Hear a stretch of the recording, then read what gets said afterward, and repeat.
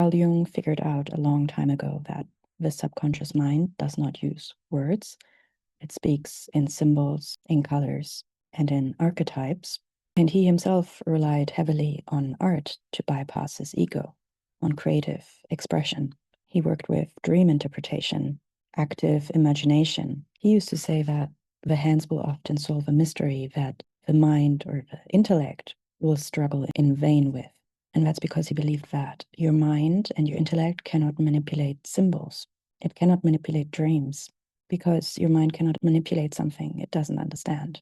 In my last video, I said that I would show you how you can meet and disarm your inner trickster.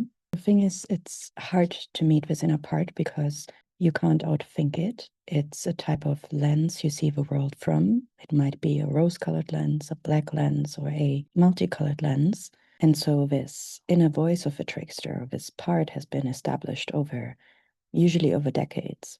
Ultimately, it's hard to hear the whispers of your soul if the inner trickster blocks its light. This video is about a workshop that I used to hold in person in Sydney, Australia, which I called Paint Your Soul. It was based on Jungian symbolism and the work of Dr. Lucia Capaccione, who was a brilliant art therapist and psychologist. And as I am a therapist myself, I kind of like to experiment. I like to play with different modalities and see what comes out of that. And I hope that this exercise may help you to disarm or meet your inner trickster. Now, when it comes to our inner trickster, art has an interesting way to express what wants to be expressed and to bypass the control and the defense mechanisms of the mind. So this video is not a normal video. It's more of an interactive experiment.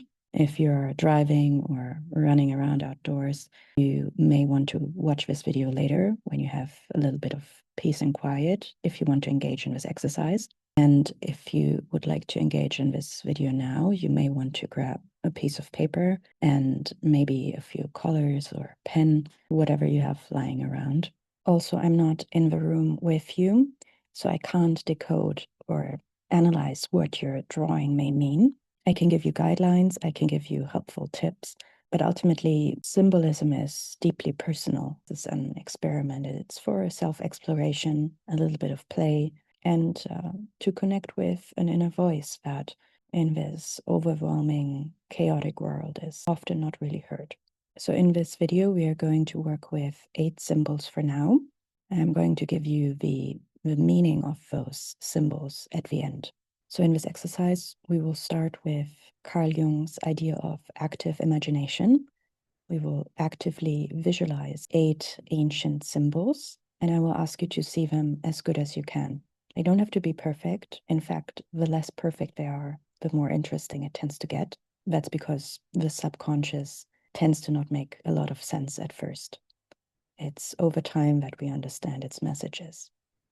All right, so in the next step, I will ask you to take a breath, close your eyes, and let's bypass the mind. So while you have your eyes closed, try to visualize a large piece of paper in front of you. And on this paper, we will place 8 different symbols. The first symbol that we will place on the paper is a tree. Try to visualize the tree. Where does it belong on the paper? Does it have a specific color? Any specific texture? The next symbol we will work with is house. Where does your house belong on the paper? Visualize it with as much detail as you can. The next symbol we will work with is a river. Where does your river belong on the paper? Where is it flowing? The next symbol is a mountain or several mountains. Try to visualize a mountain and see if you can see whether you have one or many mountains in your picture. Where are they placed? The next symbol is a snake. Where is your snake in your picture on your paper?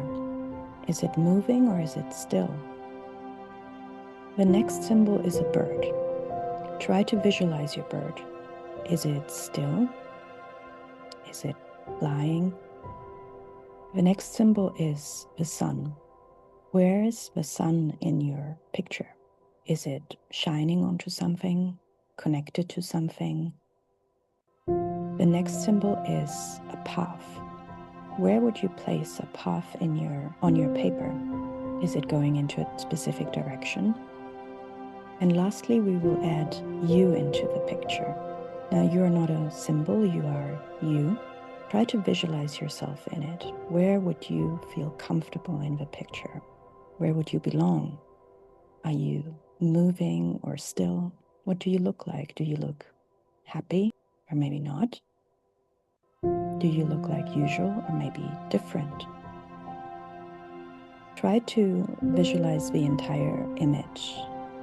Try to remember where the tree, the house, the river, the mountain or mountains, sun, bird, the snake, the path, and where you are.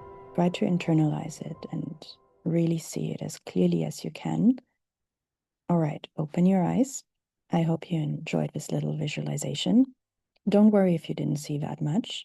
Often when we haven't done anything similar before, it can be hard to do these exercises, to visualize something our mind or our soul is not trained to maybe express itself that way. But before you draw the symbols, I just wanted to give you a quick theory that I also like to work with, which you can add to your little exercise if you want to. So this theory is from Dr. Lucia Capaccione, who was a psychologist and art therapist. She talked a lot about working with your non-dominant hand. According to her theory, the dominant hand was controlled by logic, by the left hemisphere, while the non-dominant hand was more connected to the subconscious mind, to the right hemisphere, to the inner child, to emotion.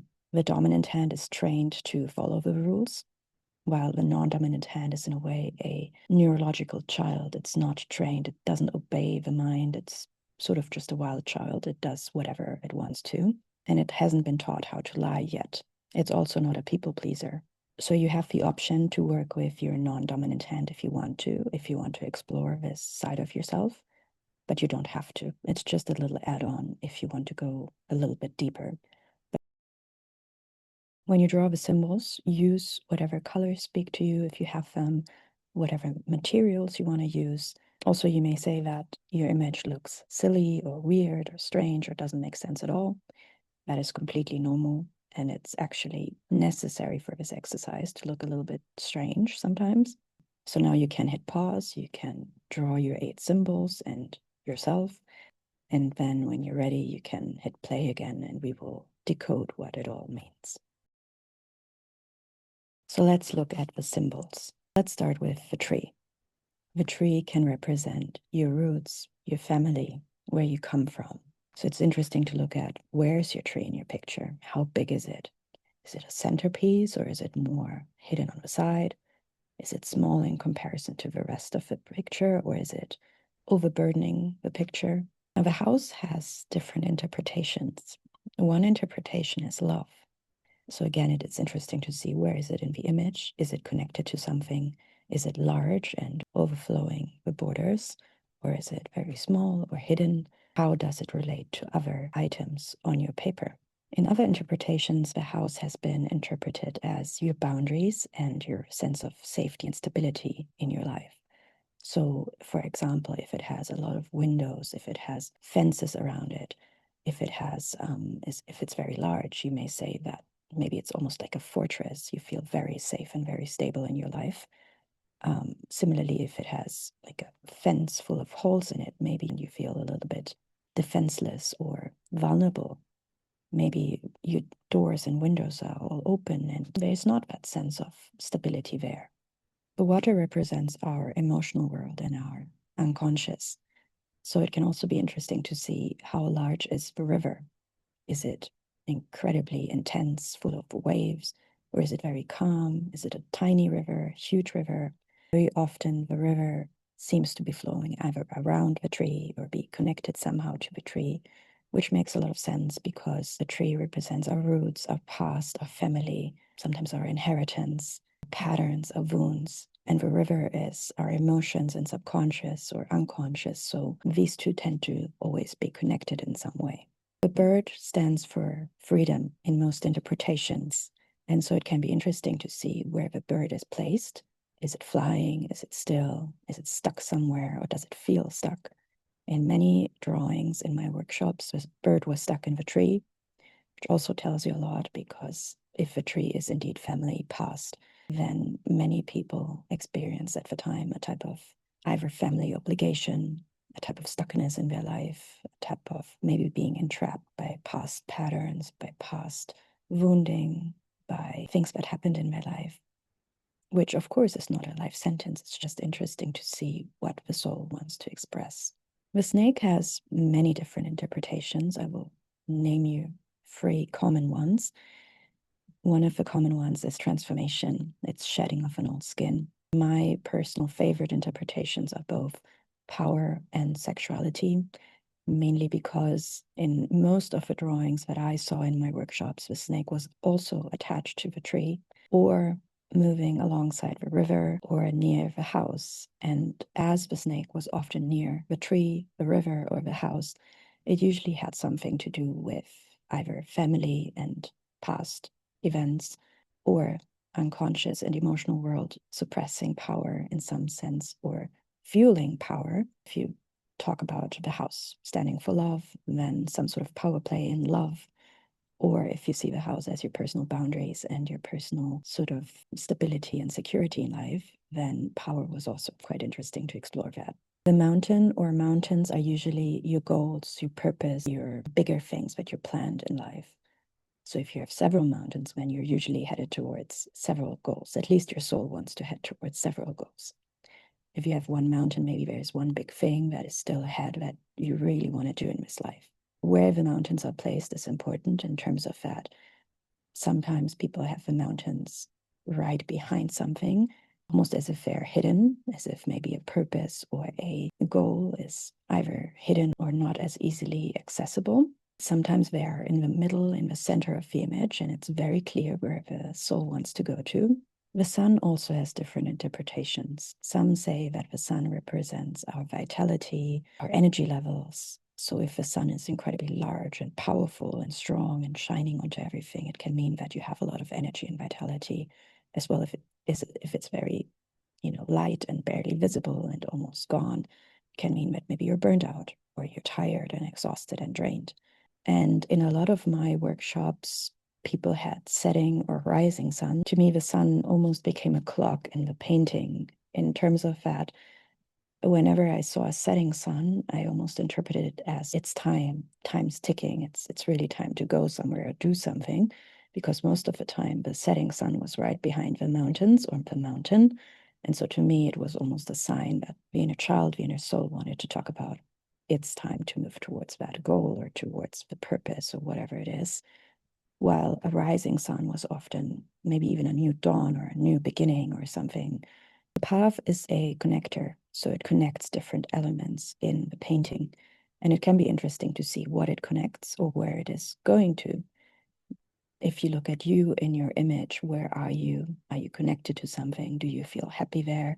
Do you feel stuck there? Do you feel constricted? Do you feel like you can just happily dance across the image and everything is fine? Or do you feel somehow uneasy? Is there an element interacting with you that makes you feel good or bad? And what may that mean? For example, a lot of people in my workshops had every single element individually, not connected, almost like different puzzle pieces spread across the image, disconnected.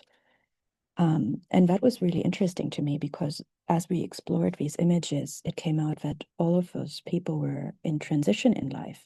All of them either went through a divorce or a separation, or they had just lost their job, or they were maybe looking at a new profession or a new business.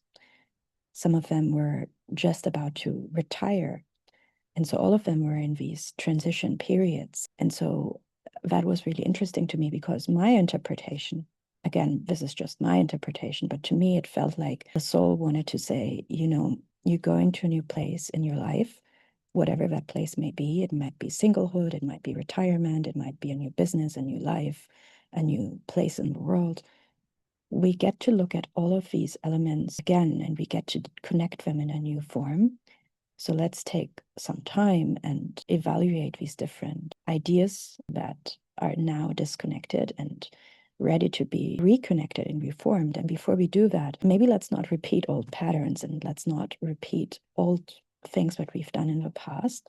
Let's truly take some time before this transition period is over to evaluate how we see these different things, to restructure them in a way that makes us maybe happier, or that makes sense to us, that fulfills us more. When it comes to central placements, things that are more central are usually more important than things that are more on the side. Sometimes there is a direction in the painting. So the left is more past, the right is more future. The front is usually more present and more conscious. The back is usually less conscious and more far away or less reachable. Sometimes we use very intense colors in our paintings for things that mean a lot to us or that are very important, while we may use less colors or something less pronounced for something that is less important. So there are a lot of different things that come up in these exercises. They are all different. Every story is different. Every experience of a person doing this is different. And there's not a one-size-fits-all solution that I can give here or interpretation that I can give here. Also, if you're really, really interested and if you really want to go deeper, you can always play more with the dominant and non-dominant hands. So for example, if you have a bunch of symbols in your paper and you have no idea what they mean, you can always try another exercise by asking each symbol a question with your dominant hand. So kind of like journaling with your dominant hand a question and trying to let your subconscious answer with your non-dominant hand about this symbol and just letting it flow. For a while, nothing may come, or it may be very logical what comes through. But after a while, often interesting things come out if you ask about your specific symbol and allow your non-dominant hand to just play a little bit. Another thing that I wanted to mention is I've done these workshops in 2023 and 2024, and I found a lot of interesting patterns in that time. So I haven't done any workshops since then, but I'm kind of curious to see if this exercise worked for you and if you feel like sharing any detail about it. Obviously, this is private, this is deeply personal, but if there's any pattern you recognize or anything interesting, then please feel free to share if you want to. I would be interested to see if we can see any common themes at this time, because ultimately, while this exercise can show your soul, your inner world, it can also show our collective unconscious, our common themes, because ultimately the soul expresses itself in symbolism, in color, in images. And if you engage with these types of exercises more and more, over time you will learn the language of soul. You will learn how your inner world wants to express itself, and you will not need symbols anymore. You will not need these interpretations anymore or common themes, because you will be able to access your inner world and understand how it communicates individually with you. But yeah, thank you for participating and thank you for watching.